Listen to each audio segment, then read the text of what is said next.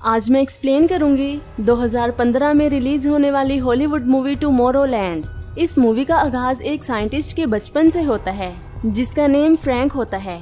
ये मूवी 1964 पर बनाई गई है। फ्रैंक न्यूयॉर्क में एक पार्टी अटेंड करने के लिए आता है। यहाँ पर फ्रैंक इस डिवाइस को सेल करने के लिए आता है, लेकिन डेविड इस इनोवेशन को रिजेक्ट कर देते हैं क्योंकि ये डिवाइस खराब होती है। अब फ्रैंक उदास हो जाता है। यहाँ पर फ्रैंक के पास इसी की एज की एक लड़की आती है जिसका नेम एथेना होता है। वो इसे एक पिन देते हुए बोट लेने का कहती है। फ्रैंक इसकी बात मानते हुए बोट ले लेता है।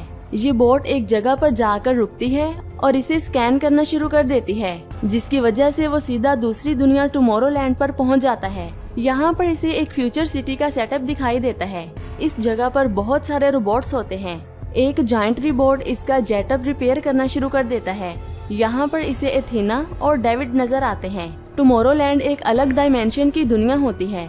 इस जगह पर बहुत सारे साइंटिस्ट आकर अपने एक्सपेरिमेंट्स किया करते थे। फ्रैंक को एथेना के रूप में एक दोस्त मिलती है। वो इसे पसंद करना शुरू कर देता है। इसके बाद इस मूवी की स्टोरी प्रेजेंट में आ जाती है। यहाँ पर एक लड़की अपने भाई और बाप के साथ फ्लोरिडा में रहती है। इस लड़की का नेम कैसी होता है। कैसी को स्कूल में क्लाइमेट चेंजिंग के बारे में बहुत कुछ बताया जाता है, लेकिन किसी भी टीचर को ये पता नहीं होता कि जमीन को वापस ग्रीन प्लेनेट कैसे बनाना है, जिसकी वजह से वो बहुत ही परेशान होती है। कैसी पॉजिटिव थिंकर गर्ल होती है। एक दिन इसे अपने बाग में एक पिन नजर आती है। इसे हाथ लगाते ही वो टुमारोलैंड पर पहुंच जाती है। ये दुनिया टोटली चेंज होती है। कैसी इसे एक्सप्लोर करना शुरू कर देती है, लेकिन अचानक से इसकी पिन की बैटरी खत्म हो जाती है और वो वापस जमीन पर आ जाती है। रात को कैसी अपने भाई को टुमारोलैंड के बारे में बताना शुरू कर देती है और ये दोनों इंटरनेट पर उस पिन को ढूंढना शुरू कर देते हैं। इन्हें उस शॉप का एड्रेस मिलता है जो इस पिन की तलाश में होती है। अगले दिन कैसी उस जगह पर जाने के लिए घर से निकलती है। इनके घर पर एथेना आ जाती है। ये वही लड़की होती है जो 1964 में एक छोटी सी बच्ची थी, लेकिन आज भी वो एक छोटी सी बच्ची ही होती है। एथेना कैसी को ढूंढ रही होती है। कैसी का भाई से बताता है कि वो पिन को ढूंढने के लिए घर से चली गई है। एथेना भी उसके पीछे चली जाती है। कैसी को वो शॉप मिल जाती है जिसे वो ढूंढ रही होती है, लेकिन इस शॉप का ओनर बहुत ही अजीब होता है। वो बार बार कैसी को उस लड़की के बारे में पूछता है जिसने इसे पिन दी होती है। कैसी को ये पिन बाग में से मिली होती है, जिसकी वजह से इसे उस लड़की के बारे में कुछ भी पता नहीं होता। शॉप का ओनर इस पर हमला कर देता है, लेकिन यहाँ पर एथेना आकर इसे बचा लेती है और एक कार चोरी करके इसे यहाँ से लेकर भाग जाती है। एथेना इसे बताती है कि हम सारे लोग रोबोट्स हैं और कहती है कि मैंने ही वो पिन तुम्हारे बाग में रखी थी। एथेना का काम जमीन से स्मार्ट लोगों को टुमारोलैंड पर लेकर जाना होता है, लेकिन अब कुछ रोबोट्स एथेना और कैसी को मारने के लिए इनका पीछा करना शुरू कर देते हैं। इस मूवी में टुमारोलैंड की डिस्कवरी के बारे में कुछ भी नहीं बताया गया, लेकिन मूवी के लास्ट में मैं आपको इसके बारे में डिटेल से बताऊंगी। कैसी यहाँ से भागने की कोशिश करती है। एथेना इसे कहती है तुम्हारी जान खतरे में है और तुम्हें सिर्फ फ्रैंक ही बचा सकता है। ये कहकर वो इसे फ्रैंक के घर ले जाती है ताकि फ्रैंक इसे टुमारोलैंड पर लेकर जा सके। जब फ्रैंक को पता चलता है कि एथेना ने एक और लड़की को हायर किया है तो वो बहुत ही गुस्सा होता है और इसे अपने घर में भी रखने से मना कर देता है। अब कैसी अपने घर भी नहीं जा सकती क्योंकि वो जानती है कि सारे रोबोट्स इसके पीछे लगे हुए हैं। कैसी रात को फ्रैंक के घर चली जाती है और वो उस कमरे में जाती है जहाँ पर बहुत सारे मॉनिटरिंग स्क्रीन्स लगी होती हैं। इन स्क्रीन्स पर जमीन का फ्यूचर दिखाया जा रहा था। जमीन पूरी तरह तबाह हो रही थी। फ्रैंक जब दूसरे डोर से घर आता है तो वो इसे अपने घर से निकलने का कहता है, लेकिन फिर वो इसे बताता है कि ये जमीन का फ्यूचर दिखाया जा रहा है और कुछ दिनों तक हम सब लोग मर जाएंगे। अभी फ्रैंक इसके साथ बात कर ही रहा होता है कि इतने में कुछ रोबोट्स कैसी को ढूंढते हुए फ्रैंक के घर पर हमला कर देते हैं, लेकिन इसके घर में अलग अलग इनोवेशंस लगी होती हैं, जिसकी वजह से सब रोबोट्स मर जाते हैं। इसके बाद फ्रैंक और कैसी खुद को एक वॉशरूम में लॉक करके एक नदी के करीब जाकर खुद को लॉन्च करते हैं। इनका घर पूरी तरह ब्लास्ट हो जाता है। यहाँ पर एथेना इनका इंतजार कर रही होती है। इसे देखकर फ्रैंक बहुत ही गुस्सा होता है। इसके बाद कार में इनकी बहुत ज्यादा बहस होती है। फ्रैंक कहता है कि तुमने कैसी को हायर करके इसकी जान खतरे में क्यों डाली है। एथेना इसे कहती है कि शायद यही वो लड़की है जो हमारी जान बचा सकती है। इसके बाद ये तीनों एक ऐसी जगह पर जाते हैं जहाँ हर तरफ वायर्स होती हैं। यहाँ पर आने के बाद फ्रैंक कैसी की आंखों पर ब्लैक पट्टी बांध देता है और इसके साथ एक ट्यूब में बैठ जाता है। इसके बाद एथीना इस सिस्टम को ऑन करती है और ये तीनों एक टावर पर पहुंच जाते हैं। दरअसल ये एक वायर टेक्नोलॉजी होती है जो 1930 में निकोला टेस्ला ने इजाद की थी। ये सब चीजें फ्रैंक को टुमारोलैंड पर जाकर पता चलती हैं। ये सब लोग आईफोन टावर पर पहुंच जाते हैं। यहाँ पर एक सीक्रेट रूम के अंदर निकोला टेस्ला, थॉमस एडिसन और 2 लोगों के स्टैचूज लगे होते हैं। फ्रैंक कैसी को बताता है कि ये जगह इन लोगों ने इमरजेंसी के वक्त टुमारोलैंड पर जाने के लिए बनाई होती है, लेकिन ये लोग इस जगह को यूज नहीं कर पाते। इसके बाद वो एडिसन ट्यूब को फोलोग्राफ में डालकर एक पुराना रॉकेट लॉन्च करता है और आईफोन टावर 2 हिस्सों में तकसीम हो जाता है। ऊपर जाने के बाद रॉकेट कंपार्टमेंट से अलग हो जाता है, जिसकी वजह से ये लोग दूसरे डायमेंशन में पहुंच जाते हैं और कुछ टाइम के बाद टुमारोलैंड पर आ जाते हैं। यहाँ पर टुमारोलैंड का गवर्नर भी आ जाता है। फ्रैंक इसे बताता है कि कैसे जमीन का फ्यूचर बदल सकती है। इसके बाद ये लोग लोनीटर मशीन के पास जाते हैं। इस मशीन को फ्रैंक ने डेवलप किया होता है। ये मशीन इंसानों का पास्ट और फ्यूचर दिखाती है। इसके थ्रू कैसी अपना फ्यूचर देखती है और उसे पता चलता है कि 7 दिनों के बाद जमीन तबाह हो जाएगी। ये देखकर वो काफी हैरान हो जाती है और वो इस रियलिटी को मानने से इनकार कर देती है। कैसी कहती है कि मैं कुछ ऐसा करके दिखाऊंगी जिससे ये जमीन बच जाएगी। केसी की इस थिंकिंग की वजह से जमीन का फ्यूचर चेंज हो जाता है। ये देखकर सब लोग हैरान हो जाते हैं। अब यहाँ पर फ्रैंक डेविड को कहता है कि केसी के पास कोई तो ऐसा प्लान होगा जिसके जरिए वो फ्यूचर में होने वाली तबाही से हमें बचा सकती है। डेविड इसकी एक भी बात नहीं सुनता और वो इन तीनों को कैद कर लेता है।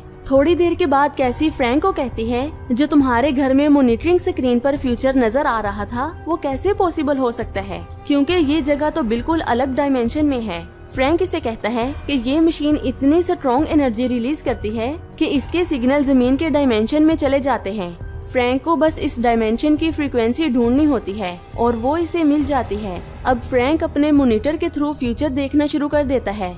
यहाँ पर इस मूवी का मेन प्लॉट रिवील होता है।